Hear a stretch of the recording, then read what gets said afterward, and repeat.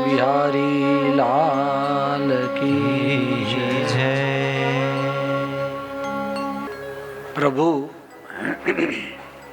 अंतर ध्यान थया श्री गोपीजनोना સ્વપ્રયત્નથી પ્રભુની પ્રાપ્તિ થઈ નથી. વૃક્ષોને પૂછવાથી પણ પ્રભુની પ્રાપ્તિ થઈ નથી. અનવસરની અંદર તો ભગવત લીલાના ગાન અને કૃતમ અનુકૃતવત્ય ઉન્મદાંધાહા. આ જ્યારે શ્રી ગોપીજનો કૃતમ અનુકૃતવત્ય એટલે પ્રભુએ જે લીલાઓ કરી હતી તે લીલાઓ શ્રી ગોપીજનોએ કરી અને ત્યારે પ્રભુએ એક ક્લુ આપ્યો, ઈશારો. ચરણ ચિહ્નોના દર્શન થયા. ચરણ ચિહ્નના દર્શન થતાની સાથે એક મનમાં એવી આશા જાગી કે પ્રભુ મળશે અને ત્યારે આ શ્રી ગોપીજનો એ ચિહ્નને સહારે સહારે આગળ ચાલ્યા. ત્યારે જે એક ગોપી પ્રભુની સાથે હતા, શ્રી ગોપીજન, જેની માટે એક શબ્દ છે શ્રી રાધા સહચરી. આ રાધા સહચરીજી હતા. એમને જોયા પ્રભુ એમને પણ છોડીને ચાલ્યા ગયા છે.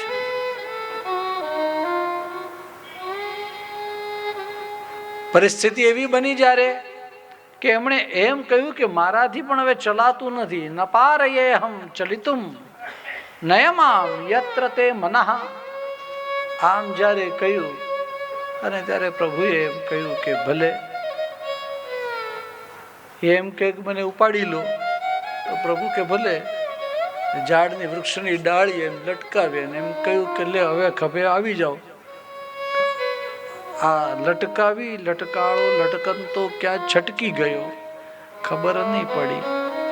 એટલામાં ભટકતા અટકતા શ્રી ગોપીજનો અન્ય પણ પધાર્યા અને ત્યારે સા વધુ અન્વતપ્યત. બધા કરતા વધારે વિયોગ થયો હોય તો આ શ્રી રાધા સહચરીજીને. અને એમણે ક્વાસી ભાવ પોતાનો પ્રકટ કર્યો. હા નાથ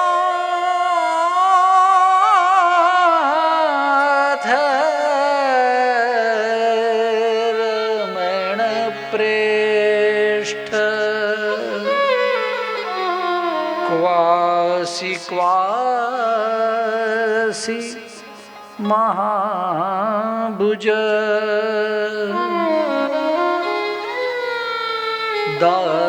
દાસ્યાસ્તે કૃપણાયા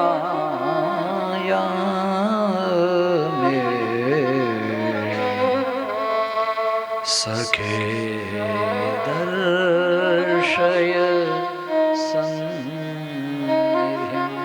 હા નાથ આપ કહા હૈ, કહા હૈ. આમ કહીને રડી પડ્યા. ત્યારબાદ સમસ્ત ગોપીજનો શ્રી યમુનાજીના તટ પર આવ્યા છે. શ્રી યમુનાજી એટલા પરમ કૃપાળુ છે, દયાલુ છે કે પ્રભુ સાથે એ જ ભેટો કરાવી શકે. એટલે શ્રી યમુનાજીના પુલિનમાં એટલે તટ પર આવ્યા અને ત્યાં આવીને એમણે ગોપી ગીતના ગાન કર્યા છે.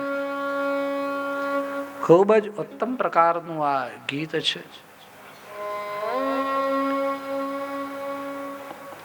ગોપી ગીત ની અંદરનો ભાવ એટલો ઉત્કૃષ્ટ છે. એક એક શ્લોકના ભાવને પણ આપણે કહેવાનો વિચાર કરીએ તો કલાકો કલાકો સુધી એના ઉપર વાતો થઈ શકે. પ્રિયજનો, એ ગોપી ગીતમાં આપણે પ્રવેશ કરીએ પૂર્વે હમણાં જ આપશ્રીની આજ્ઞા મુજબ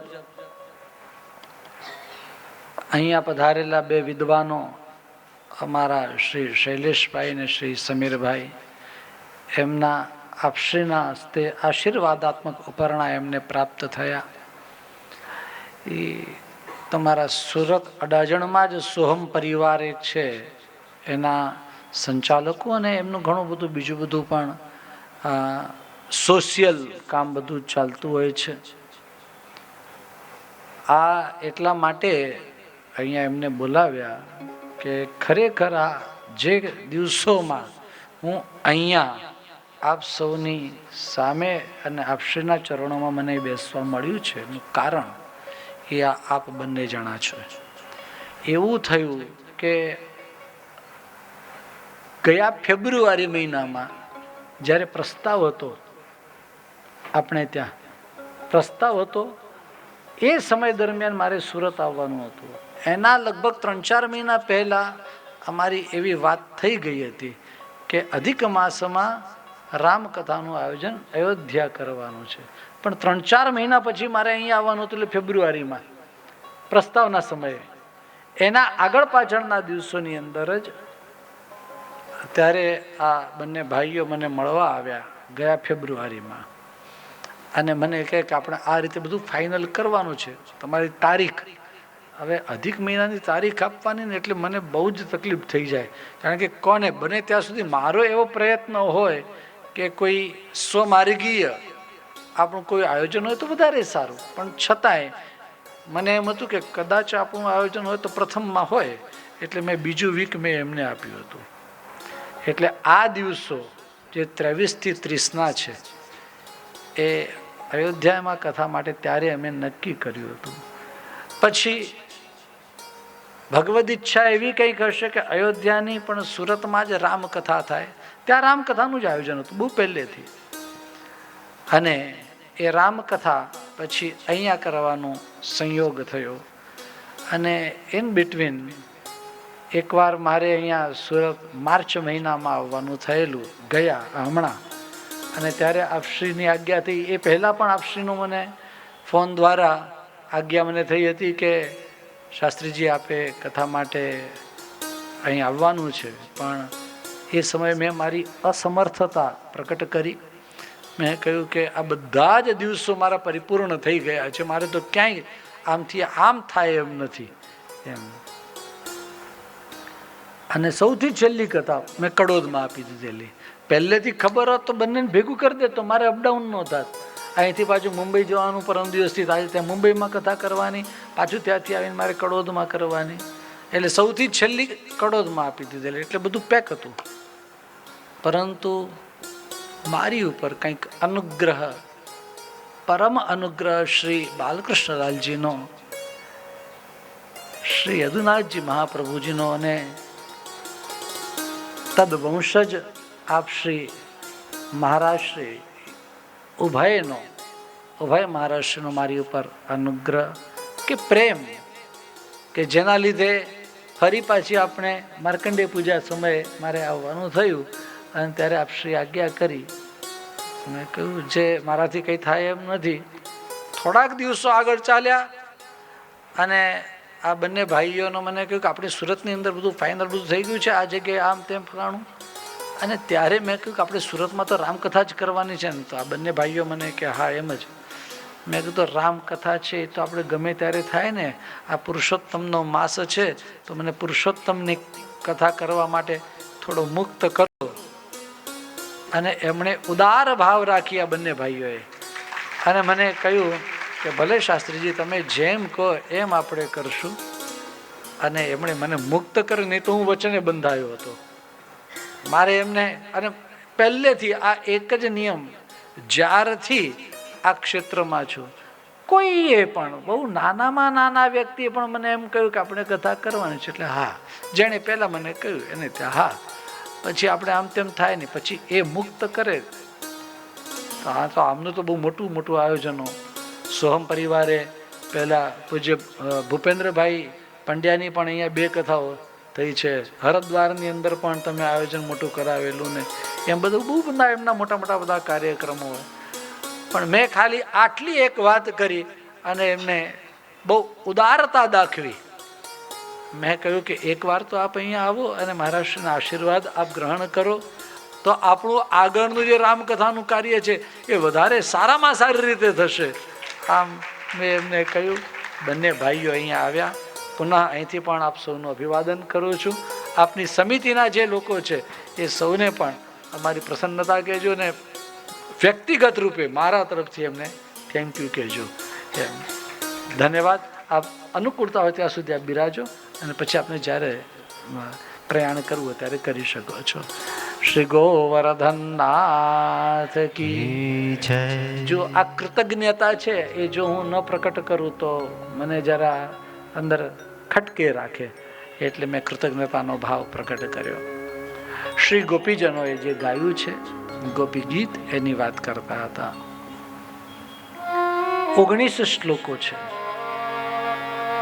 કોઈ ગોપીજનનું એવું સામર્થ્ય છે કે 19 શ્લોકો ચાલે ત્યાં સુધી પ્રાણ ટકે? बात समझ में आ रही है? प्रत्येक गोपीजने मात्र एक જ શ્લોક ગાયો છે. એક 19 શ્લોકો નથી ગાયા, પણ 19 પ્રકારના જૂથ છે, ગ્રુપ્સ ઓફ 19. 19 પ્રકારના ગ્રુપ છે. દાખલા તરીકે હમણાં આપણે એમ કહીએ જેટલી પિંક સાડી છે ને એ બધા લોકો આ બાજુ આવી જાય, યલો સાડીવાળા અથવા યલો વસ્ત્રવાળા બધા આમ આવે, વ્હાઇટ કલરના જબ્બા પહેરે આ બાજુ આવે, ક્રીમવાળા આમ આવી જાય, જેણે ધોતી બંડી પહેરેલા હોય આ બાજુ આવે, તો બધા અલગ અલગ ગ્રુપ થઈ જાય કે નહીં? આવા પ્રકારના શ્રી ગોપીજનોના ગ્રુપ થયા, જૂથ થયા.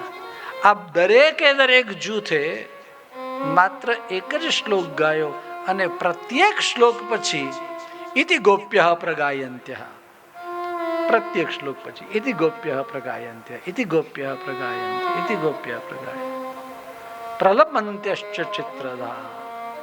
દરેક એક જ શ્લોક ગાયો અને ત્યાં તો પ્રલાપ થઈ ગયો, રડવા લાગ્યા. તો પછી 19 શ્લોકો કેમ? 19 પ્રકારના શ્રી ગોપીજનો છે. કેટલાક શ્રી ગોપીજનો સાત્વિકમાં પણ અત્યંત સાત્વિક ભાવવાળા છે, કેટલાક સાત્વિકમાં પણ રાજસ ભાવવાળા, કેટલાક સાત્વિકમાં તામસ ભાવવાળા, કેટલાક તામસમાં રાજસ ભાવવાળા, તામસમાં સાત્વિક ભાવવાળા અને તામસમાં તામસ ભાવવાળા, કેટલાક રાજસમાં રાજસ ભાવવાળા, કેટલાક રાજસમાં પણ થોડા ઘણા સાત્વિક ખરા અને કેટલાક રાજસમાં પણ કેટલાક તામસ છે. ભાઈ બધા હોય. આ દાખલા તરીકે મેં આજે કેવા કલરના કપડાં પહેર્યા છે? તો ભલે વ્હાઇટ કલરના, પણ એમાં ક્યાંક પિંક છે કે નહીં? એમ સાત્વિકમાં પણ થોડોક રાજસ ભાવ હોય એવું બને કે નહીં? કોઈ વાર એની અંદર એવું આવી જાય. બોલે આપણે કોઈના પણ વખાણ કરતા હોય કે કંઈ પણ કહેતા હોય તો આપણે શું કહીએ? આવા છે પણ એની અંદર આટલું વસ્તુ આમ છે, એમ કહીએ કે નહીં? એનો જે ગુણ હોય એ પણ કહીએ, એનો દોષ હોય તો પણ કહીએ. આખો બહુ સારો માણસ પણ ખાલી આટલું આ ખરાબ છે, અથવા તો આટલું આવું છે, અથવા તો બહુ આવો માણસ પણ એમાં આ સારું છે, એમ બોલીએ કે નહીં? એમ અત્યંત સાત્વિકની અંદર પણ સાત્વિકમાં પણ રાજસ ભાવ છે, સાત્વિકમાં પણ તામસ ભાવ છે. એમ આ 9 પ્રકાર થયા. સમજ में आ गई बात? 9 પ્રકાર થયા ને? આ 9 પ્રકારના શ્રી ગોપીજનો જે કુમારિકાઓ છે એની માટે શબ્દ છે અનન્ય પૂર્વા. લૌકિકમાં એમના કોઈ પતિ નથી તે કુમારિકાઓ, અને જેના લૌકિકમાં કોઈ પતિ છે તે અન્ય પૂર્વાઓ. પૂર્વમાં અન્ય કોઈ પતિ છે લૌકિક, એને અન્ય પૂર્વા કહેવાય. એને જ શાસ્ત્રનું નામ ઋષિ રૂપાઓ અને શ્રુતિ રૂપાઓ, આવા 2 પ્રકારના થયા. એટલે આ જે 9 હતા તે બધા અન્ય પૂર્વા એટલે પરિણીતા, જેના વિવાહ થઈ ગયા છે તેવા. અનન્ય પૂર્વા કુમારિકા, જેના વિવાહ નથી થયા તેવા. એટલે 9 આવા અને 9 આ પ્રકારના, એમ 9 દુ 18 થયા ને. નહીં સમજાયું? ઊંઘ આવે છે, એસી ચાલુ છે, લાઈટ નહીં થાય છે એમ કહું છું. આ નથી, આ તો લાઈટ મને દેખાય જ છે ને. પૂછું છું શું અને તમે સમજો છો એમ કહું લાઈટ થાય છે ને, એમ થવી જોઈએ ને. મને ખબર નથી સુરતમાં જાય પણ ખરી એમ, આજે ખબર પડી કે જાય પણ છે એમ. તો જાય એનો વાંધો નહીં, પણ થવી જોઈએ.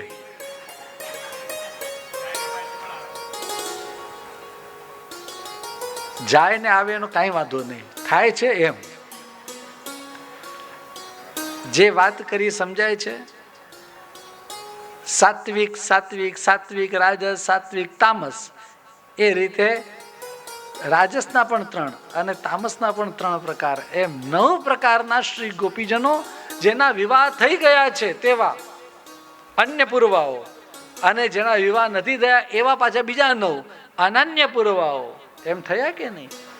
અને એક બીજો પ્રકાર જે સાત્વિક પણ નથી, રાજસ પણ નથી ને તામસ પણ નથી, આ 3 ગુણોથી પર છે, ગુણાતીત છે, નિર્ગુણા છે, એવા અન્ય પૂર્વા ગોપીજનો. એવો એક પ્રકાર કુમારિકાઓમાં આ પ્રકાર નથી. એટલે 20 નહીં થયા, 19 થયા ટોટલ. 9 દુ 18 અને +1, એટલે દરેકે દરેક. આ તો જુઓ, આચાર્ય ચરણ શ્રી મહાપ્રભુજીની કૃપા વગર આ વસ્તુ સમજાય જ નહીં, ગેરંટી સાથે. દાખલા તરીકે આપણે એક જ શ્લોક લઈશું, વધારે નહીં લઈએ, હા, અને બહુ લાંબુ પણ નહીં લઈએ, કારણ કે આજે તો પ્રભુના વિવાહ કરાવવાના છે અને મને જે પ્રમાણે આજ્ઞા છે ત્યાં આપણે સમયસર વિરામ કરવાનો છે. તો આઈએ જરા દેખતે, એક શ્લોક લેતે સિર્ફ. આમ તો ઘણી બધી વાતો છે. હા, ગોપી શબ્દના અર્થથી લઈ અને શરૂઆત થાય. ગોપનશીલા ગોપ્ય તાહા ઊંચું, ગોપ્ય ઊંચું, ત્યાંથી શરૂઆત છે. આઈએ જયતિ તેધિકમ જન્મના વ્રજ શ્રયત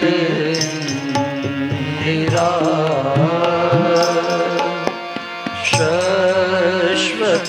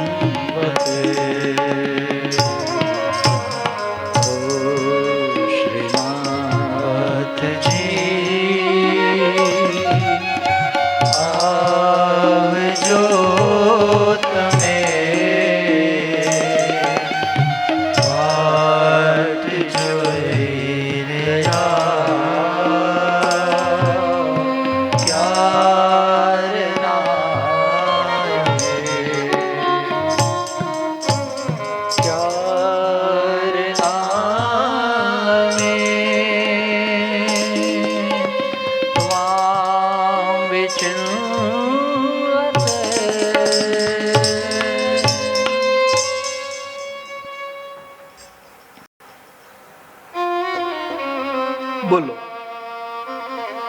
આનો અર્થ હું કહી દઉં પહેલા તો. હે પ્રભુ, આપ જ્યારથી પધાર્યા ત્યારથી આ વ્રજ એનો ઉત્કર્ષ વધ્યો છે. આમ તો ઘણી બધી વાતો કરી છે, એક અક્ષરની બધી વાતો છે. જયતી નો અર્થ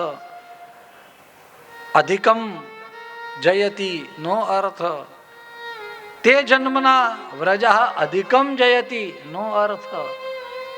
પણ એ બધામાં નહીં જઈએ, તમને સીધો સાદો ગુજરાતીમાં અર્થ મારે કહેવો છે કે આપ જન્મ્યા ત્યાર પછી વ્રજનો ઉત્કર્ષ બહુ વધુ ને વધુ વધ્યો છે. અને લક્ષ્મીજી અહીંયા આવીને પરમાનન્ટ રહેવા લાગ્યા છે. હે દૈત, હે દયાળુ, हे डियरेस्ट, हे प्रिय, दृश्यताम, आप देखिए तो सही, हम तुम्हारे हैं, हम आपके हैं, तावकाहा, और कैसे हैं, त्वयि धृता सवहा, हमारे प्राण आप ही के अंदर अब रह रहे हैं. हमारा प्राण क्या छे? आपनी अंदर छे. त्वाम विचिन्वते, અમે તમને શોધી રહ્યા છીએ. અમે બાળપણની અંદર પેલો થપ્પો રમતા, તો એમાં જે શોધવા વાળો હોય ને એને ખબર ના હોય કે કોણ ક્યાં સંતાણું છે, પણ જે સંતાણો હોય ને એ થોડી વાર જોઈ લે, પેલી બાજુ જાય ને તો આપણે જઈને થપ્પો કરી આવીએ. જે છુપાયેલો છે એ તો જોઈ શકે છે ને. શ્રી ગોપીજનો એમ કહે છે અમે આપને નથી જોઈ શકતા, પણ આપ તો અમને જોઈ શકો છો ને, જ્યાં હશો ત્યાં. हे दैत दृश्यता तावकाहा त्वाम विचिन्वते, तुम्हारे हैं वे आपको ढूंढ रहे हैं. જો ભૂલ કેટલી થઈ? એક જ ભૂલ થઈ, મામકાહા અને તાવકાહાની. મામકાહા એટલે મારા, હું જેમ કહું એમ કરવા વાળા. અત્યાર સુધી આ શ્રી ગોપીજનો એમ સમજતા હતા મામકાહા. આ એમના મનની અંદર અભિમાન આવ્યું અને એટલા માટે પ્રભુ એમનો ત્યાગ કરીને ચાલ્યા ગયા, અંતર ધ્યાન થયા. પરંતુ જ્યારે આ મામકા વાળો ભાવ જતો રહ્યો ને, અબ હમ આપકે હૈ તાવકાહા, हम तुम्हारे हैं, हम तेरे हैं, એમ જ સીધું કહેવાય. મામક તાવક ની અંદર ક પ્રત્યે સ્વાર્થે છે. ક પ્રત્યે તો સ્વાર્થનો છે ને, એટલે સ્પષ્ટ રૂપે કહી દીધું હવે અમે તમારા છીએ. હવે તમારાની અંદર તો તમારે જેમ નિર્ણય કરવાનો એમ તમારે હવે કરવાનો. આ તો સાદો સીધો ગુજરાતી અર્થ, આમાં કઈ મહાપ્રભુજીના અર્થ હજુ તો આપણે આવ્યા જ નથી. તો સ્પષ્ટ વસ્તુ શું કહી કે આપ જ્યારથી અહીં પધાર્યા ત્યારથી વ્રજનો ઉત્કર્ષ થયો અને શ્રી લક્ષ્મીજી નિત્ય આવીને અહીંયા બિરાજે છે. હવે આગળની વાત કરીએ. આ ગોપીજન જે બોલી રહ્યા છે, આ શ્રી ગોપીજન એ આપ સૌમાંથી કોણ કહેશે કે અન્ય પૂર્વા છે કે અનન્ય પૂર્વા? સાવ ગુજરાતીમાં કહી દઉં, કુમારિકા છે કે પરણેલા છે, વિવાહિત છે?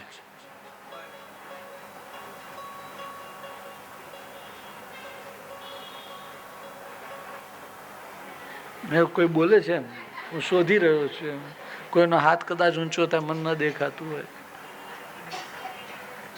કેમ લાગે છે? કુમારિકા હશે, પરણેલા હશે? અચ્છા, એમ નહીં. જે વ્યક્તિ કુમારિકા એમ કે તો એની એ જવાબદારી છે, અથવા તો કોઈ એમ કે પરણેલા એટલે અન્ય પૂર્વા છે એમ કદાચ કોઈ કહે તો એ એની જવાબદારી છે કે એને પછી જવાબ આપવા કે તમે શાના લીધે કહો છો. એ સ્પષ્ટ ન થાય તો પછી જવાબ ખાલી ખાલી જે મોઢામાં આવ્યું તે કહી દેવાનું, એવું નહીં. મુખમ સ્થિતિ વક્તવ્યમ તથા ન ભવતી. એટલે એ તૈયારી સાથે જવાબ આપજો. હા, હું ક્યાં હું ક્યાં લગ રહા હૈ? હવે બોલો ને, કેમ આમ થયું? અચ્છા, મને એમ લાગે છે, મને એમ લાગે છે એમ નહીં. એક તમે થોડુંક આપણે વિચારીએ તો ખ્યાલ આવે. મહાપ્રભુજી જે કહ્યું છે એ જ મારે કહેવું છે, બીજું કંઈ નથી કહેવું. પરંતુ એ આપણને તરત અંદર ઉતરી જાય એ પ્રકારે મહાપ્રભુજીએ આપણને સમજાવ્યું છે.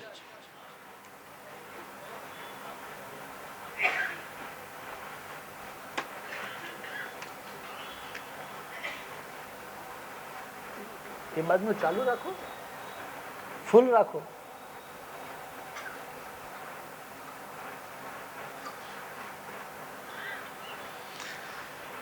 શ્રી ગોવર્ધનનાથ કી જય.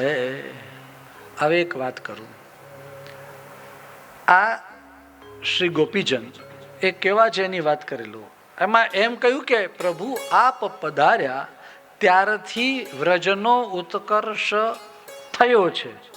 એનો મતલબ એ પહેલા નહોતો. મતલબ આ સિનિયર છે એટલી તો વાત ખરી. ઠાકોરજી કરતા વધારે સિનિયર છે, દેખાઈ આવે છે. અને બીજી વાત, આપ પધાર્યા ત્યારથી શ્રી લક્ષ્મીજી અહીંયા નિત્ય નિવાસ કરે છે. મતલબ એ પહેલા લક્ષ્મીજીનો નિવાસ નહોતો એ પણ એમને ખબર છે. એટલે પરણીને આવ્યા ત્યારથી એ જોઈ રહ્યા છે કે આ વ્રજનું શું પરિસ્થિતિ પહેલા શું હતી. પરણીને આવ્યા ને ત્યારથી જોઈ રહ્યા છે. એટલે કેટલા સિનિયર છે, વાત સમજાય છે. એટલે આવા એક એક શ્લોકને આપણે જો શાંતિથી જોઈએ અને મગજમાં મનમાં મમળાવીએ તો ખબર પડે એના અર્થોથી કે આ કેવા હશે.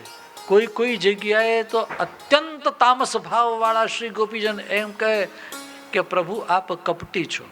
પતિસુતાન્વય ભ્રાતૃબાંધવાન અતિ વિલંઘ્યત્યચ્યુતા ગતા કેતવ મોહિત કસ્ત્ય ગતિવિદસ્તવોદ ગીત મોહિતા ગીતવ યોષિત કસ્ત્યજન્યશ્રી. આવા જે શ્લોકો છે એની અંદર તો એમ લાગે કે આ કેવું બોલે છે. અત્યંત તામસ ભાવવાળી આ ગોપી છે. જોકે એમાં એને કહી દીધું કે પતિસુતાન્વય, પતિ પુત્ર બધાને છોડીને આવે એટલે પરણેલા છે તો ખબર પડે. પણ એની અંદર કેટલો બધો તામસ ભાવ છે. બાકી પ્રભુને ક્યારે આવું કહેવાય કે અમે તમારી માટે બધું છોડી દીધું, તમે અમને છોડી ગયા એમ? આવી ક્યારે કમ્પ્લેન પ્રભુને કરાય નહીં. પણ છતાં એણે કરી તો મતલબ એની અંદર કેટલો બધો તામસ ભાવ છે. એમ એક શ્લોકો આપણે જોઈએ ને તો એ ખ્યાલ આવે.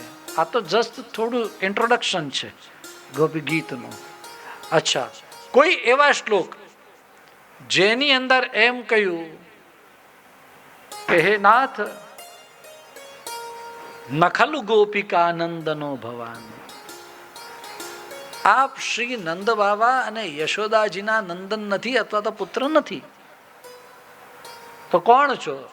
એમ પણ નહીં કહ્યું કે દેવકી વસુદેવજીના છો તો કોણ છો? તો એમ કહ્યું અખિલ દેહી નામ અંતરાત્મ દૃક. દરેક વ્યક્તિના હૃદયની અંદર અંતરાત્માની અંદર બિરાજમાન આપ છો. બધું જોવા વાળા આપ છો. આપ સર્વત્ર વિદ્યમાન આપ છો. આ તો શું થયું? વિખનસ એટલે બ્રહ્માજી. આ બ્રહ્માજીએ આપની સ્તુતિ કરી અને એમ કહ્યું કે આપ આ ભૂમિ ભાર હરણ કરો એટલા માટે આપ અહીંયા પધાર્યા છો. વિશ્વગુપ્તએ વિશ્વની રક્ષા કરવા માટે સાત્વત કુલની અંદર આપ પધાર્યા છો. આવું કોણ કહી શકે? કોઈ સાત્વિક રાજસ તામસને આ બધા દર્શન ના થાય. એના માટે કોઈ ગુણાતીત હોય, નિર્ગુણ હોય, એવા જ શ્રી ગોપીજન હોય એ કહી શકે, બધા થોડી કહી શકે. એમ શ્લોકો ઉપરથી આપણને ખબર પડવી જોઈએ. થોડીક આઈડિયા આવી જાય ને. આ આચાર્ય ચરણ આવી દૃષ્ટિ આપણને આપે છે. બાકી તો ઘણું રડ્યા આપણે. ગોપીજનોની જેમ આપણે ના રડી શકીએ, પણ એમને તો ઘણું બધું રડ્યા કહો કે રખડ્યા કહો, વચમાં ખ જ એક આવી જાય. ઘણું રડ્યા અને ઘણું રખડ્યા. પણ આ દ્રષ્ટિ જે શ્રી મહાપ્રભુજી આપે એવી દ્રષ્ટિ આપણને ક્યાં પ્રાપ્ત થાય? કોઈ પણ શ્લોક હોય આ દ્રષ્ટિ અને આવું ચિંતન. માત્ર ગોપી ગીતની વાત નથી. પ્રણય ગીત હોય, ભ્રમર ગીત હોય, ઉદ્ધવ ગીત હોય, માત્ર ગીતોની વાત નહીં, એ સિવાયના પણ અન્ય ઘણા બધા શ્લોકો છે. ગઈકાલે સહેજે આપણી વાત થઈ નહીં, પણ જે ચિરહરણની લીલા છે એમાં માત્ર એક જ શ્લોક છે. આ કુમારિકાઓ શું કહે છે? શ્યામ સુંદર તે દાસ્ય કરવામ તવોદિતમ દેહી વાસાંસી ધર્મજ્ઞ નો ચેદ રાગને બ્રુવામહે. આ એક જ શ્લોકમાં મહાપ્રભુજી 4 પ્રકારના શ્રી ગોપીજનોનું વર્ણન કરે.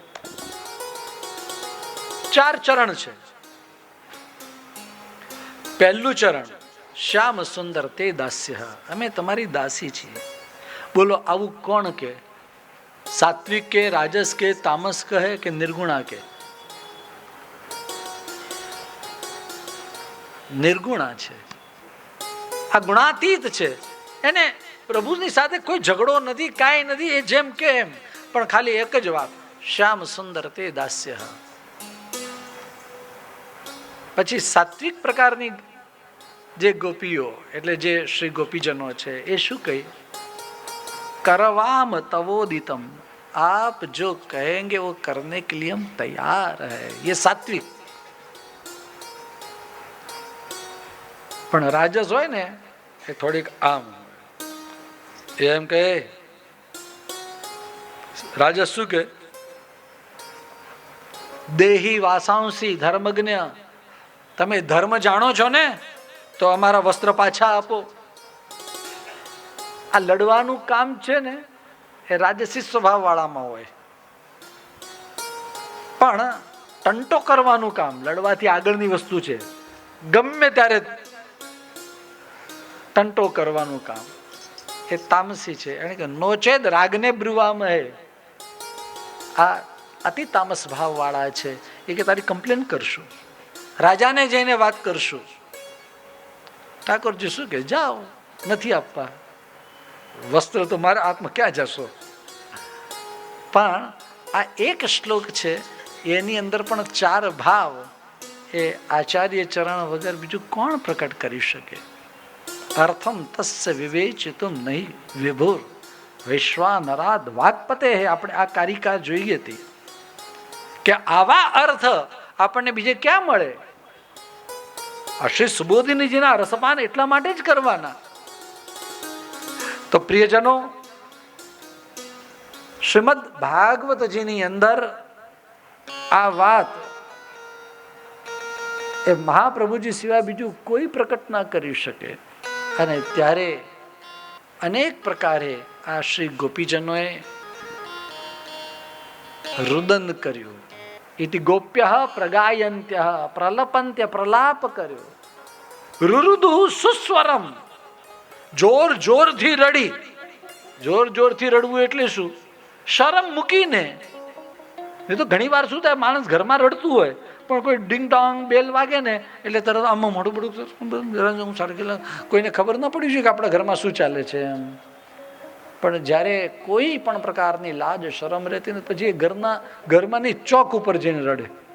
સુરતનો ચોક નહીં, એમ જે તે જગ્યાનો ચોક હોય ને ત્યાં જઈને રડે એમ. અને પછી એની અંદર કોઈ શરમ વગેરે રહેતી નથી. અરે ભાઈ તું રડે છે, ખરાબ લાગે. ખરાબ શું લાગે? હવે શું બાકી રહ્યું છે? મારું જે જીવન સર્વસ્વ છે એ મારાથી દૂર થઈ ગયું, પછી વળી ખરાબ અને સારું શું રહી જાય? રુરુદુ સુસ્વરમ રાજન કૃષ્ણ દર્શન લાલસા. ભગવત દર્શનની એવી ઉત્કંઠા અને રડવા લાગ્યા. રડવાની વાત આવે ને એટલે મને પૂજ્યપાદ બાપજી યાદ આવે. પૂજ્ય નરહર શાસ્ત્રીજી પણ વાત કરતા હતા, પૂજ્ય બાપજી પણ અને પૂજ્ય જીજી પણ કોઈ વાર આવી વાત કરતા હતા કે રડવાનું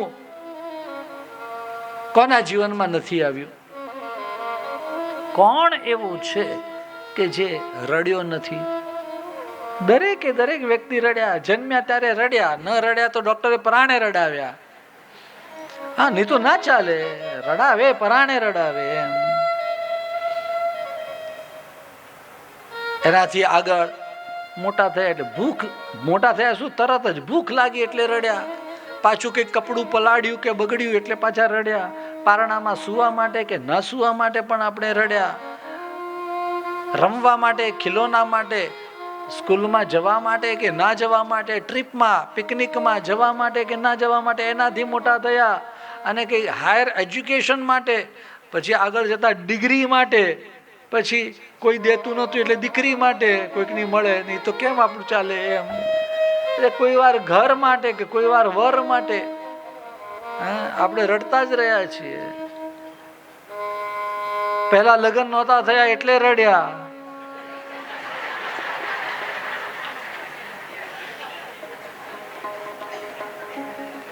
તમે કેમ હશે સમજાયું ને મને. પછી કેટલી કેટલી બાધાઓ રાખી, પછી સંતાનો થાય એટલા માટે રડ્યા, ને પછી ઓહો કેવા કેવા થયા એની માટે પણ રડ્યા. પછી તો ઘર માટે, બંગલા માટે, ગાડી માટે, બધા માટે માણસ રડે, અને બધું જ મળ્યું કે નહીં.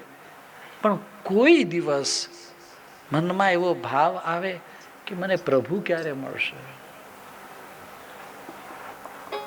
સુરદાસજી માલકોસ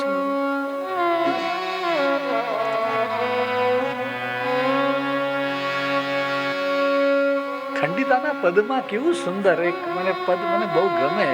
એકાદ લાઈન લઈ લો.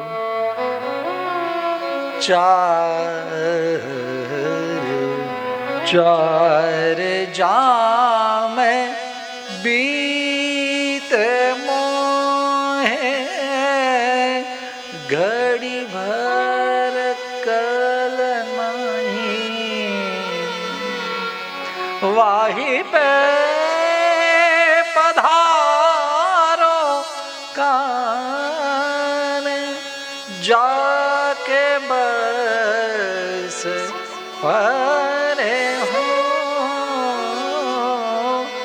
जारी को जराए को थकिलो ताते तान तायवे कटलो लायवे को तुम परे हो जारी को जली को क्यों जला रहे हो जलाए.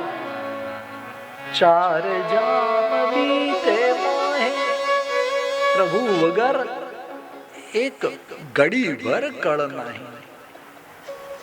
આવું તો ખબર નહીં કયા જન્મે આપણને એવું થશે કે પ્રભુનો વિરહ હોય ને આપણી આંખમાં આંસુ આવે. આચાર્ય ચરણો આજ્ઞા કરે ભક્તાનામ નહીં સાધન સંપત્ત્યા હરિસ્તુષ્યતિ કસ્યચિત ભક્તાનામ દૈન્યમે વૈકમ હરિતોષણ સાધનમ. આ દીનતા એમાં પ્રકટ થઈ છે અને ત્યારે પ્રભુ પ્રકટ થયા.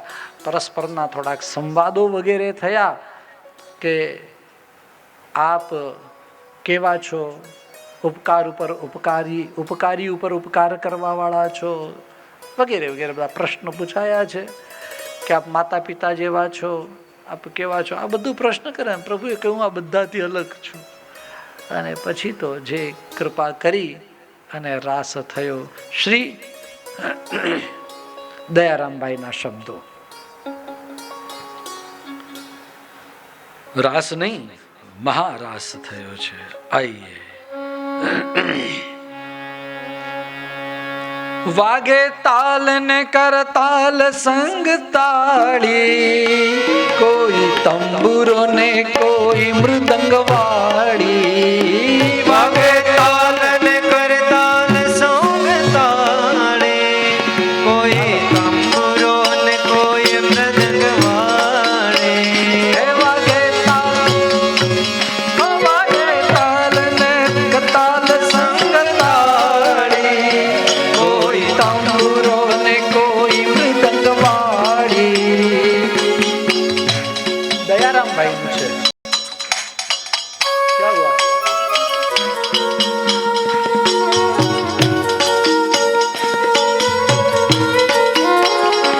મદન ગાય મુખ્ય ગાય માન માળી, મદન ગાય મુખ્ય ગાય વન માળી. મદન ગાય મુખ્ય ગાય વન માળી, મદન ગાય મુખ્ય ગાય વન માળી. બોલે બહેન સુધા સૈન, બોલે બહેન સુધા સૈન, મોહન નયન પ્રકટ ચૈન, હૃદય દય દય દય દય વનરાવન માં, વનરાવન માં, વનરાવન માં, વનરાવન માં.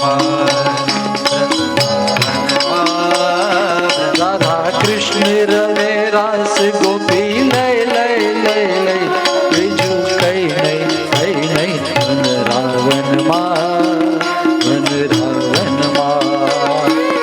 રાવણમાં ધનકાર ધનક થઈ થઈ થઈ રાવણમાં ધન ધન થઈ થઈ થઈ વન રાવણમાં વન રાવણમાં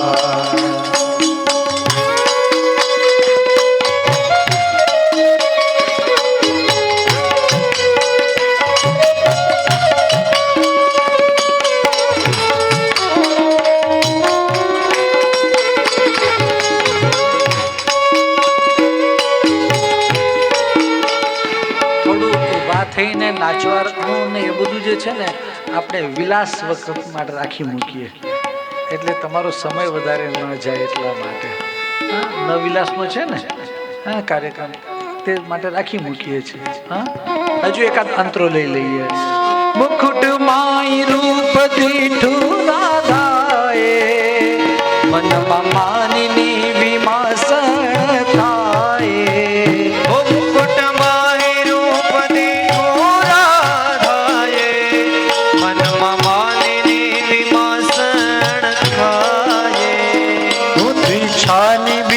છે મુકુટ માહે છાની બીજા છે મુકુટ માહે બહુ વાલી હઠ જાલી ઉઠી ચાલી દયા પ્રભુ દયા પ્રભુ દયા પ્રભુ જય જય વન રાવણ માં વન રાવણ માં વન રાવણ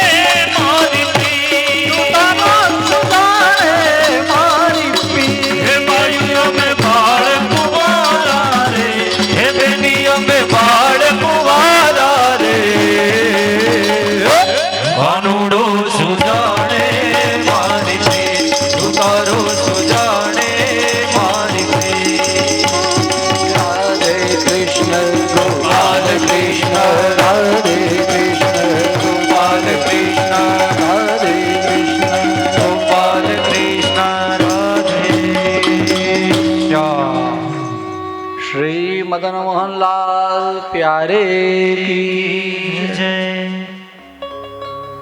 બે શ્રી ગોપીજનોની મધ્યમાં પ્રભુના આ એક સ્વરૂપ પ્રત્યેકને આ રસના દાન પ્રભુએ કર્યા. જે આપણે આગળ વાત કરી, પૂર્ણાનંદ બ્રહ્માનંદમાંથી ભજનાનંદનો આનંદ આ સર્વને પ્રાપ્ત થયો. એક અધ્યાયની અંદર આગળ, એટલે છેલ્લે તો જો કે પરીક્ષિત મહારાજના પ્રશ્ન છે, અને એમ જ્યારે પ્રશ્ન આવ્યો કે પરદારાભિમર્શનમ, અન્ય સ્ત્રીઓ સાથે પ્રભુનો આવો રાસ એ શા માટે, એવો જ્યારે સંદેહ થયો ત્યારે શ્રી સુખદેવજીએ રાસની કથા તો સંકેલી, પરંતુ ત્યારબાદ દાન લીલા, માન લીલા, હોરી લીલા, મચકી, આ બધી જ લીલાઓની અહીંયા વાત કરી નથી. વ્યવહારિકી લીલાની વાત છે, એ કથાઓ અહીંયા થઈ, વાસ્તવિક લીલાઓ અહીંયા વર્ણવી નથી. ત્યારબાદ એક અધ્યાયની અંદર સુદર્શન જે અજગરના રૂપમાં હતો એનો ઉદ્ધાર બતાવ્યો, અને શંખચૂડ નામનો જે રાક્ષસ, એમ તો યક્ષ છે, પરંતુ એનો વધ કરી શ્રી ગોપીજનોની રક્ષા પ્રભુએ કરી, એ વાત બતાવી. ત્યારબાદ એક અધ્યાયમાં યુગલ ગીતની વાત આવે છે. યુગલ ગીત પણ ખૂબ જ અદ્ભુત છે. આપશ્રીએ પ્રથમ દિવસે જ યુગલ ગીતનો ઉલ્લેખ કરતા પૂજ્યપાદ મહારાજશ્રીએ આપણને સૌને આશીર્વચન માં ઉદ્બોધન કર્યું હતું કે યુગલ ગીતના બે શ્લોકોનું એક યુગલ છે, અને કુલ જોવા જાઓ તો બીજા શ્લોકથી લઈ અને 25મા શ્લોક સુધીના 24 શ્લોકો, એના 12 યુગલ થાય. એ 12 મહિનાના 12 યુગલ છે. શ્રીમદ પ્રભુચરણ ગોસાઈજી એ આપશ્રીની ટિપ્પણીમાં ઉલ્લેખ કર્યો છે કે પ્રથમ અને અંતિમ એમ 2 શ્લોકોને લઈએ તો એક 13મું યુગલ બને છે. એ શ્રી પુરુષોત્તમ માસનું યુગલ છે. ભગવન લીલા કાલાતીત છે, એટલે માત્ર 12 માસની અંદર સમાઈ જાય તો તે કાલાતીત ન થાય. તે કાલાતીત તો પુરુષોત્તમ જ છે. પુરુષોત્તમથી વિશેષ કોણ કાલાતીત હોઈ શકે? એટલે પુરુષોત્તમ માસ એની ગણતરી આ પ્રથમ અને અંતિમ શ્લોકોને, એટલે પહેલો શ્લોક અને 26મો શ્લોક એને સાથે ગણીએ તો આ એક વિશેષ યુગલ એટલે જોડકું શ્લોકોનું બને છે. આમાં આમ તો આચાર્ય ચરણ એવી આજ્ઞા કરે કે આમ તો બધા જ પ્રકારની લીલાઓ છે ઠાકોરજીની, પરંતુ વેણુની લીલા છે એ મુખ્ય છે, માટે વેણુની વાત અહીંયા કરી છે. આ વેણુ જેનો નાદ થાય અને ત્યારે દેવતાઓ, દેવપત્નીઓ, અપ્સરાઓ આ બધી પણ વ્યામોહિત થઈ જાય, વિશેષ રૂપે મોહવાળી થાય. દેવતાઓ પણ મોહિત થાય, ભૂતલના લોકો પણ અને સુતલના લોકો પણ, પાતાલના લોકો પણ બધા મોહિત થાય. આવી વેણુ માધુરી છે. આ વેણુ માધુરીની ઘણી બધી કથા અહીં બતાવી છે. અનેક વાતો કરીએ ત્યારે મને હમણાં ગાયો યાદ આવી એટલે કહી દઉં. પ્રભુને તો ગાય અત્યંત પ્રિય છે. આપણે સૌ ઠાકોરજીની સેવા કરીએ, અને ઠાકોરજી કોની સેવા કરે? વાહ વાહ વાહ, બધાને ખબર છે એમને. તો આપણા સેવ્યના પણ સેવ્ય કોઈ હોય તો ગૌધન છે. પ્રભુની વેણુનાદ સાંભળી અને ચિત્ર ના જેમ મુખની અંદર ઘાસ હોય અને ગાય આમ ને આમ સાંભળતી રહે, કાન એમના એકદમ સરવા હોય, વેણુનાદની અંદર મગ્ન હોય. હવે થયું એવું કે એ સમયે આ વાછરડા વત્સ એ સ્તનપાન કરતા હોય, ગાયને ધાવતા હોય. ગાયનો નિયમ એવો છે કે થોડીક વાર થાય એટલે તરત દૂધને ખેંચી લે, પણ આ વેણુનાદમાં એને કંઈ ભાન રહેતું નથી, અને એ સ્રવે જ રાખે. અને એ સમયે વાછરડા પણ એને ઘટક ઘટક ઘટક પીવું જોઈએ, પણ વાછરડાના કાન પણ ત્યાં વેણુમાં છે, એટલે એ ભૂલી જાય પેલો ઘૂંટડો ઉતારવાનો, અને પરિણામે ગાયના મુખની અંદર જોઈએ તો પેલું ઘાસ છે, અને વાછરડાના મુખની અંદર આંચળ છે ખરું, એમાંથી દૂધ સ્રવે રાખે છે, પણ પેલું ઘટક ઘટક ઉતારવાનું હોય એ ઘૂંટડો ભરવાનું રહી જાય. એના લીધે વાછરડાના મુખમાં બંને બાજુથી દૂધની ધારાઓ વહી રહી છે. આવા ચિત્ર લિખિત થઈ જાય. શ્રી ઠાકોરજીની ગૌચારણની લીલા તો અદ્ભુત છે જ, પણ વેણુની લીલા એ પણ અદ્ભુત છે. ઘણી કથા ને ઘણી બધી વાતો માત્ર ને માત્ર સ્વતંત્ર વિષય સાથે જો આપણે યુગલ ગીતના આચમન કરીએ તો પણ 7 દિવસ ઓછા પડે. તો આમાં તો અત્યારે હાલમાં હમણાં હું ઘડિયાળ જોતો હતો તો મને ખ્યાલ આવ્યો કે મારી પાસે તો 7 મિનિટ પણ નથી આગળ વિસ્તાર કરવા માટે.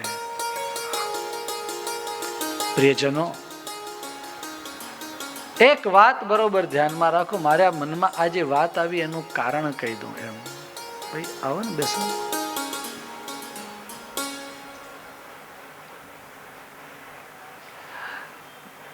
તો એક વાત આવી એ મારે આપ સૌની સાથે શેર કરવી છે કે આપણા સેવ્ય પ્રભુ અને પ્રભુની સેવ્ય ગાયો. હા, કોઈ વાત નહીં. તો પ્રભુની સેવ્ય ગાયો છે. આ ગાયોની સેવા આપણે કેટલી કરીએ છીએ? મને યાદ આવી એટલે મેં કહી દઉં. એમ મેં આ કંઈ કહેવા માટે મને ક્ષમા કરે અહીંયા બિરાજમાન પૂજ્ય ચરણો, મેં આપશ્રીની આજ્ઞા વગર જ આ વાત કરી દીધી. પણ ગાયોની સેવા તો આપણે કરવી જોઈએ કે નહીં? આપણે નહીં કરીએ તો પેલા વિધર્મીઓ કરશે, એ તો કાપવા જ બેઠા છે.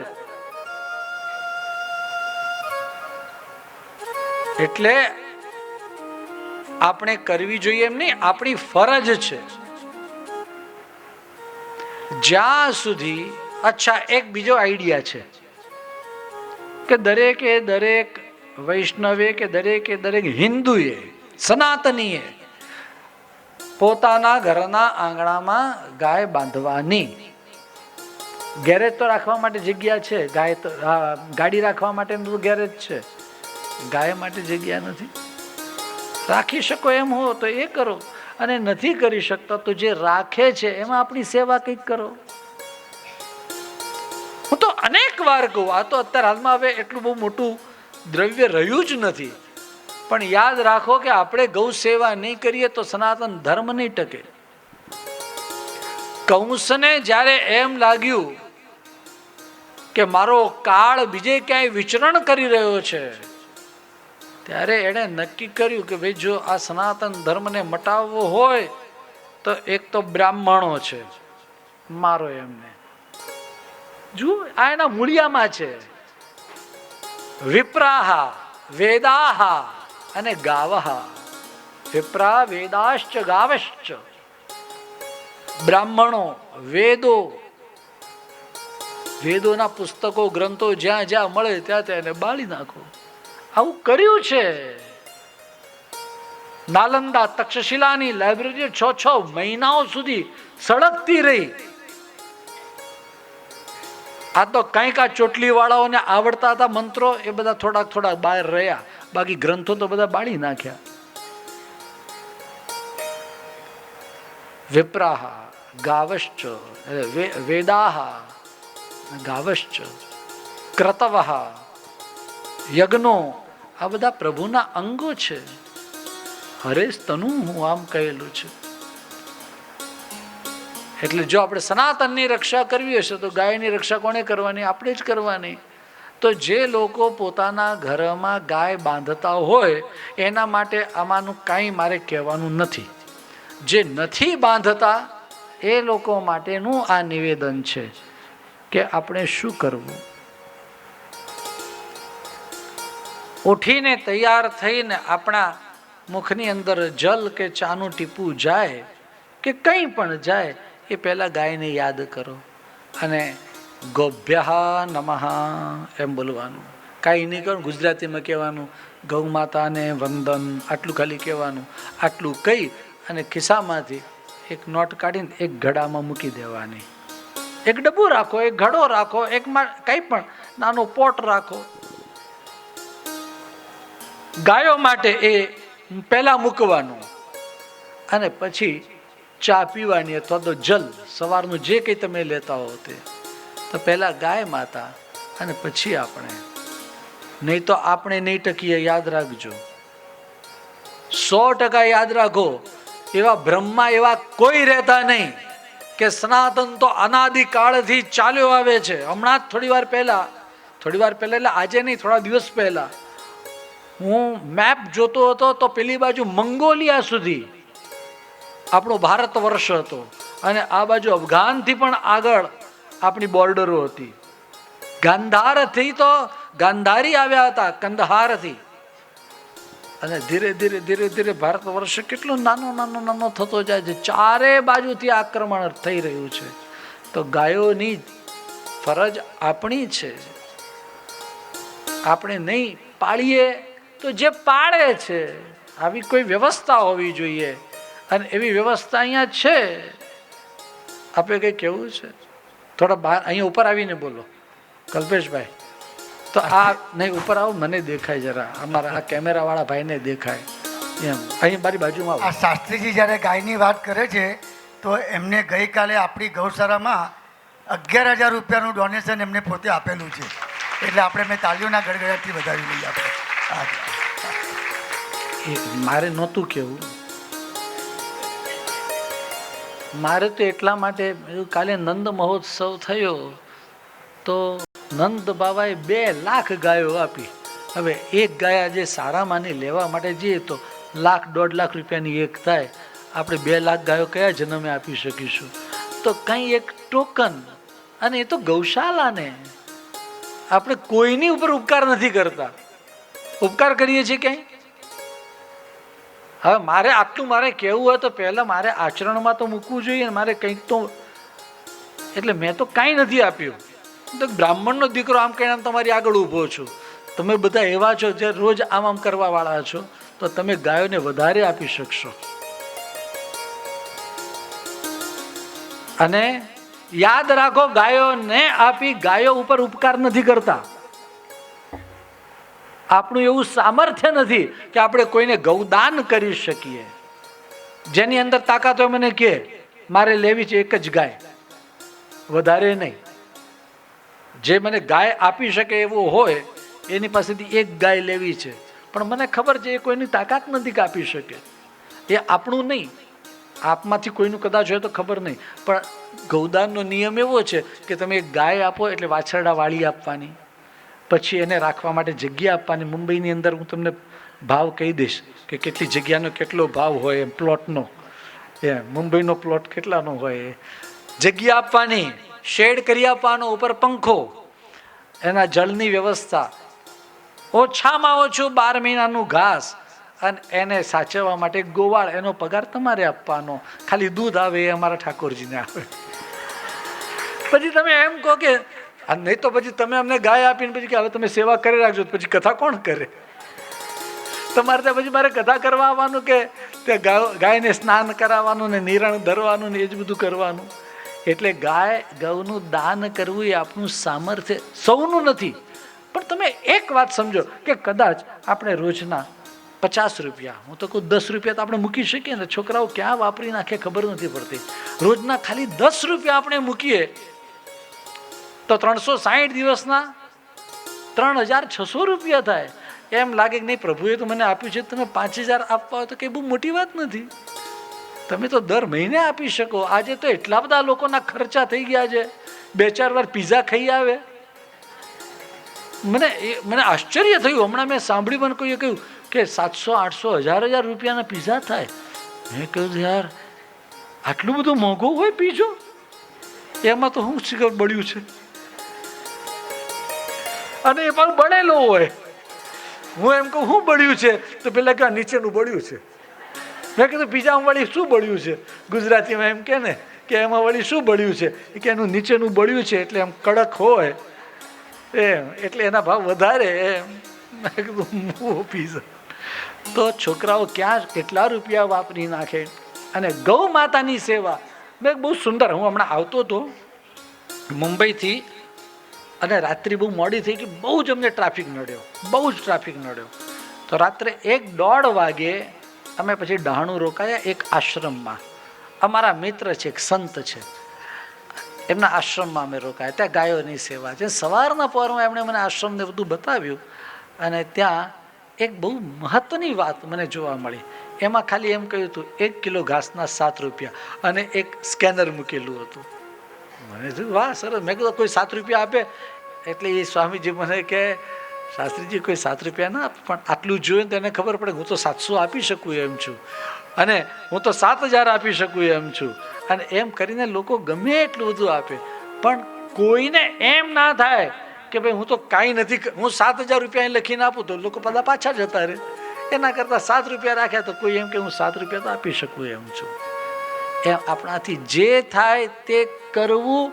એ યાદ રાખો, તમારી પેઢીઓ માટે છે. નહીં તો આજે લોકો ડાયનાસોર ને જોવો હોય તો જોવા મળે. ડાયનાસોરને કેમ ફોટામાં ને પિક્ચરમાં ને એમ ભવિષ્યની અંદર તમારા છોકરાના છોકરાના છોકરાના છોકરાઓ હશે, એને તમારી કોઈ પુત્રવધુ 3જી 4થી પેઢીની પુત્રવધુ હશે, એ કહેશે, ચિત્ર બતાવશે, જો બેટા આવી ગાય હોય. પછી દીકરો કે આ ક્યાં જોવા મળે? ઝૂમાં પણ જોવા નહીં મળે, ઝૂમાં પણ નહીં જોવા મળે. યાદ રાખો, બસ આ તો એક સમયમાં હતી. ઠાકોરજી આવી ગાયો ચરાવતા હતા. એમ આપણે જોવી હોય તો છે ને આપણા મંદિરમાં, જો પેલી ચાંદીની છે, ચંદનની છે, કાષ્ઠની છે. સાચી ગાય જોવા નહીં મળે. આજે જે આપણે મુક્ત મને સેવા કરી શકીએ છીએ, તો આપણે ગાયોને બચાવવી, ગાયોની સેવા કરવી જોઈએ. એટલે ફરી પાછું કહું, આપશેની આજ્ઞા વગર જ મેં આ કહી દીધું, પણ છતાંય મને એમ થયું કે આ મારો ધર્મ છે. મારો એટલે હું જો પ્રભુ શ્રી કૃષ્ણનો સેવક હોઉં તો મારે મનથી વિચારવાનું કે મારા સેવ્યના સેવ્ય તો ગૌ માતા છે. અરે ઠાકોરજીને બ્રહ્માજી હરણ કરી ગયા ને, ઠાકોરજીને ગમ્યું નહીં. એટલા જ એવા ઉત્પન્ન કર્યા. તો બ્રહ્માજી હતા એટલા માટે એમને બહુ ઓલું કરવું નહોતું, નહીં તો આ શંખચૂડ હતો તો એને તરત પતાવી દીધો. બ્રહ્માજીને તો ખાલી ફાઇટ કરીને બતાવવું હતું કે અહીંયા એટલી જ ગૌ, એટલા જ વાછરડા એ તરત પ્રકટ થઈ શકે છે. પ્રિયજનો, ઘણી બધી કથાઓ છે. કથાઓમાં ખૂબ બધું ઓલું થઈ જાય છે, વિસ્તાર બીજું બધું રહી જાય છે. પછી તો કથા આવે છે વૃષભાસુરનો વધ પ્રભુએ જે કર્યો. નારદજી કંસ પાસે આવ્યા, કંસને વાત કરી, અને કંસે કેશી દૈત્યને મોકલાવ્યો અને અક્રૂરજીને કહ્યું કે તમે એમને તેડી આવો. અક્રૂરજી પધાર્યા છે. મહાપ્રભુજીને ગમ્યું નથી. નારદજી, કેશી દૈત્યનો વધ થયો, ત્યારબાદ નારદજી આવીને પ્રભુની સ્તુતિ કરી અને એમ કહ્યું કે હવે આપે મથુરા લીલા માટે પ્રયાણ કરવાનું છે. મહાપ્રભુજીને આ ગમ્યું નથી, કારણ કે નારદજીને કંસને કહેવાની આજ્ઞા એ તો કોઈ આપી નથી, ઠાકોરજીની આજ્ઞા નથી. અને મહાપ્રભુજીને નથી ગમ્યું એનું કારણ પ્રભુનો વિરહ વ્રજવાસીઓને કરાવ્યો છે. ભગવત સ્વરૂપ તો નિત્ય વ્રજની અંદર બિરાજે જ છે, પણ એક લીલાના ભાગ રૂપે પ્રભુએ હવે મથુરા ગમન કરવાનું છે. ત્યારે અક્રૂરજી જ્યારે પધાર્યા અને વાત થઈ, લોકોને સૌને જાણ થઈ, અને જે પેલો અંતઃપુરની અંદર રહેલો ક્ષત, આ ક્ષત છે જેણે બધાને કેવડાવ્યું અને સૌને ખબર પડી. બાયુ વ્રજમાં વાતો એવી થાય છે, કૃષ્ણ બલભદ્ર મથુરા જાય છે રે વ્રજમાં વાતો એવી. પ્રભુ વ્રજમાં પધાર્યા ત્યારે અક્રૂર ને ક્રૂરસ્તમ અક્રૂર સમાખ્યા સ્મરો એમ કરીને શ્રી ગોપીજનોએ કહ્યું છે. અને ગોપીજનોનો વિલાપ, અહો વિધાતા સ્તવન ક્વચિત દયા સંયોજ્ય મૈત્ર્યા પ્રણયેન દેહિન તાંશ્ચાકૃતાર્ધાન વિયુનંક્ષ્ય પાર્થકમ વિક્રીડિતમ તેર ભકચેષ્ટિતમ યથા વગેરે ઘણા બધા શ્લોકોને છેવટે જ્યારે આ પ્રભુ પધાર્યા, બહુ વિસ્તારવાળી કથા, અને ત્યારે ગોપીજનો રડતા રહ્યા. અક્રૂરજી યમુનાજીના તટ પર પહોંચ્યા. પ્રભુના દર્શન યમુનાજીની અંદર પણ થયા, બહાર પણ દર્શન થયા છે. છેવટે પ્રભુએ જે યમુનાજીની અંદર સ્વરૂપ હતું એની સ્તુતિ અક્રૂરજીએ કરી. મથુરાની અંદર પ્રભુ પધાર્યા, અવમોચન સ્થળ છે ત્યાં બિરાજ્યા છે. અને ત્યારબાદ મથુરાજીની અંદર પ્રવેશ કર્યો ત્યારે પહેલા વસ્ત્ર ધોવા વાળો રજક હતો એનો ઉદ્ધાર કર્યો. સુદામા માળીને ત્યાં જઈ એની ઉપર કૃપા વરસાવી. કુબ્જા નું ચંદન લીધું, એની ઉપર કૃપા કરી. ધનુર્યાગ એનું ભંજન કર્યું, ધનુષ ભંજન કર્યું, તોડ્યું. બીજા દિવસે સવારે કોલ્યા પીડ હાથીને માર્યો. રંગમંચમાં પ્રભુ જ્યારે પધાર્યા ત્યારે કેવા વિધવિધ સ્વરૂપે દર્શન થયા, આપશ્રી એનો ઉલ્લેખ કર્યો હતો. અને આ રંગમંચમાં ચાણુર મુષ્ટિકાદીનો વધ કરી છેવટે કંસનો વધ કર્યો. એકવાર જયકાર કરી શ્રી બાલ કૃષ્ણ લાલ. પ્રભુએ વધ કર્યો કંસનો. બીજા બધા પણ એના ભાઈઓ પણ આવ્યા લડવા માટે, એમને પણ માર્યા. છેવટે ઉગ્રસેન મહારાજને મુક્ત કર્યા, વસુદેવ દેવકીજીના બંધન છોડાવ્યા અને એમને રાજ્ય આપ્યું. આજ આ ઉગ્રસેન મહારાજને રાજ્ય આપ્યા પછી ગર્ગાદ યદુકલાચાર્યાદ ગાયત્રમ વ્રતમાં સ્થિત આ વ્રતબંધ એટલે યજ્ઞોપવીત સંસ્કાર થયા. પ્રભુ શાંતિપની ઋષિને ત્યાં અધ્યયનાર્થે પધાર્યા. અલ્પકાલ સબ વિદ્યા પાઈ, વિદ્યાઓ અનેક ગણી પ્રાપ્ત કર્યા પછી ગુરુપુત્ર ગુરુદેવને દક્ષિણાની અંદર આપ્યો. ને હવે પાછા જ્યારે યુવાન થોડા થયા છે ને ત્યારે પ્રભુ પધાર્યા છે મથુરાની અંદર. પ્રભુને બધું જ ખૂબ સુંદર ગમે, પણ વ્રજ વગર ગમતું નથી. અને ત્યારે કહ્યું, ઉધો વ્રજ બિસરત નાહી. 4 શ્લોકોમાં આચાર્ય ચરણ એમ કહે, પ્રમાણ પ્રમેય સાધન અને બાધક 4 શ્લોકો કહ્યા છે ઉદ્ધવજીને. ગચ્છોદ્ધવ વ્રજમ સૌમ્ય, આ ભગવદ આજ્ઞા એ જ પ્રમાણ છે. શ્રુતિ જેવું વચન, શ્રુતિ જ છે એટલે આ આજ્ઞા છે, એટલે એ પ્રમાણ વગેરે આજ્ઞા કરી. ઉદ્ધવ બેગી હિ વ્રજ જઈયો, સુરદાસજીના પદમાં કહીએ તો ઘણા બધા પદ છે. હમણાં જ અમે એની પણ કથા કરી છે. તો ઉદ્ધવ વ્રજગમન એ આખો એક અલગ વિષય છે. મને એવું લાગે છે કે ઘણા સમય, ઘણા વર્ષ પહેલાં અહીંયા પૂજ્ય શ્રી સતીશજીએ એની કથા કરી હતી. આપશે એવી આજ્ઞા કરતા હતા.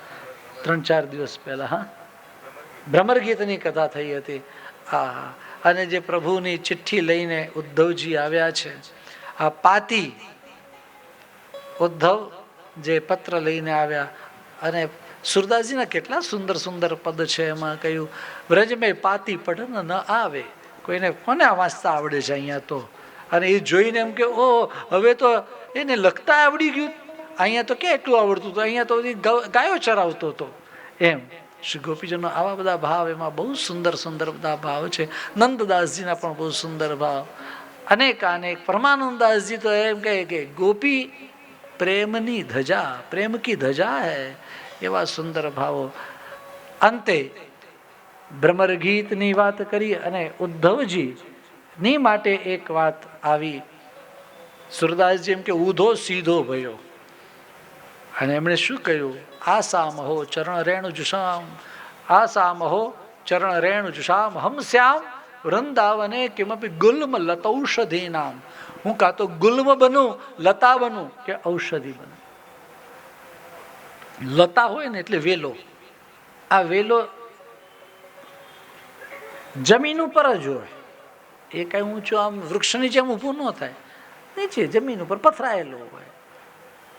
તો એવો વેલો બનું, એટલે ઇઝીલી, સરળતાથી શ્રી ગોપીજનોના ચરણરજની પ્રાપ્તિ થાય. તો બોલે એટલી બધી જગ્યા ક્યાં છે? તો પછી ગુલ્મ બનું. ગુલ્મ એટલે તુલસીજી જેવા જે છોડ હોય એટલી જ હાઈટના, બહુ વધારે નહીં, તો એને ગુલ્મ કહેવાય. અને ઔષધિ એટલે આપણા અન્ન, ઘઉં, ચોખા, બાજરો, જુવાર, આ બધું થાય, એ કોઈ મોટા મોટા ઝાડ ન થાય, એ જેટલા થાય એ બધી ઔષધિ કહેવાય. અન્ન છે એ ઔષધિ કહેલી છે. આવા આવા વધુમાં વધુ હું આવા ઊંચા થવું, જેનાથી મને આ વ્રજ ભક્તોની ચરણ રજ મળે, એમ શ્રી ઉદ્ધવજીએ ભાવ વ્યક્ત કર્યો છે. અને વંદે નંદ વ્રજ સ્ત્રીણામ પાદરેણુમ અભીક્ષ્ણ યાસામ હરિકથોદ્ગીત પુનાતિ પુનત્રયમ વગેરે શબ્દોથી ઉદ્ધવજી પુનઃ પાછા મથુરા પધાર્યા છે. પ્રભુની જે લીલાના વર્ણન કર્યામાં એક દિવસ અક્રૂરને ત્યાં, એક વાર કુબ્જાને ત્યાં પણ પ્રભુ પધાર્યા. પહેલા કુબ્જાને ત્યાં, પછી અક્રૂરજીને આ મનોરથ પણ પ્રભુએ પૂર્ણ કર્યા. પૂર્વાર્ધ પૂર્ણ કરી, ઉત્તરાર્ધની અંદર જરાસંધે 23 અક્ષોહિણી સેના સાથે જ્યારે આક્રમણ કર્યું, પ્રભુએ આત્મશક્તિનું ચિંતન કર્યું, ને બે નહીં દ્વિભુજમાંથી ચતુર્ભુજ પ્રભુ મથુરાધીશ થયા છે. એ સમયે પોતાનો રથ અને આયુધો વગેરે આવ્યા છે. એની સાથે યુદ્ધ કરતા એક વાર નહીં 17 વાર હરાવ્યો. કોને?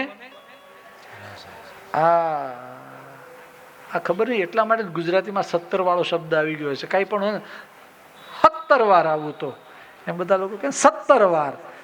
કારણ કે આ ઠાકોરજી અહીંયા પધાર્યા ને દ્વારિકામાં વિશેષ રહ્યા છે. ગુજરાતમાં સૌથી વધુ સમય સુધી પ્રભુ બિરાજ્યા છે દ્વારિકાધીશ સ્વરૂપે. હા, એટલે 17 વાર. પણ મથુરાની અંદર હતા ત્યારે 17 વાર જરાસંધને હરાવ્યો. 18મી વાર જરાસંધ આવી રહ્યો છે ત્યારે કાળિયવન પણ આવતો હતો. કાળિયવનને મુચકુંદ રાજાને નિમિત્ત બનાવી અને એને મરાવ્યો. જ્યારે જરાસંધ આવ્યો, દ્વારિકાનું નિર્માણ પશ્ચિમ છેવાડે, આ ક્રુઝના જેવી દ્વારિકા છે. હા, કોઈ આઈલેન્ડ ઉપર થોડી છે, ક્રુઝના જેમ તરતું છે. આ તો આ દ્વારિકા નગર છે એ તરતું છે. સુવર્ણમય દ્વારિકા ત્યાં નિર્માણ થઈ અને સૌને એક જ રાત્રિમાં ત્યાં શિફ્ટ કર્યા છે.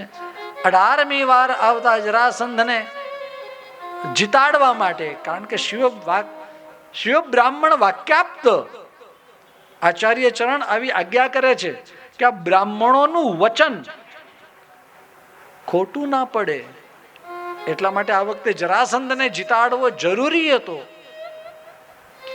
અને પ્રભુ રણ મેદાન છોડીને ચાલ્યા. પ્રભુ રણછોડરાય થયા. અને પ્રવર્ષણ પર્વતની પણ ઈચ્છા હતી. પ્રવર્ષણ પ્રાર્થિત અગ્નિ, દાન પુણ્ય મહોત્સવ છે ભગવાન, એની ઈચ્છા હતી કે અમને કંઈક ગરમી મળે, એટલે પ્રભુએ એમને અગ્નિ પણ આપ્યો છે. અને ત્યારબાદ પ્રભુ શ્રી કૃષ્ણ અને બલરામજી સમુદ્ર માર્ગેથી દ્વારિકામાં પધાર્યા. શ્રી બલરામજીના રેવતીજી સાથે વિવાહ થયા.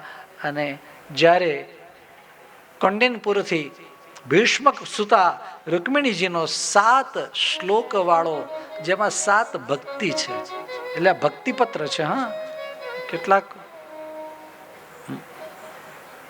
અજ્ઞાની લોકો એમ કહે કે આ પ્રેમ પત્ર છે, તો એનું અજ્ઞાન છે. ભક્તિ 9 પ્રકારની છે, પણ 2 ભક્તિ, એક દાસ્ય, એક પાદ સેવન અને બીજી સખ્ય ભક્તિ, એ ભગવદ અધીન છે. સખ્ય ભક્તિમાં તો સામેવાળાની પણ મંજૂરી જોઈએ ને, અને દાસ્ય પાદ સેવનની અંદર પણ એમના ચરણની કેવટને જો પ્રભુ શ્રી રામ ચરણ ધોવા ના દે તો કેવટ ક્યાં ધોવાનો?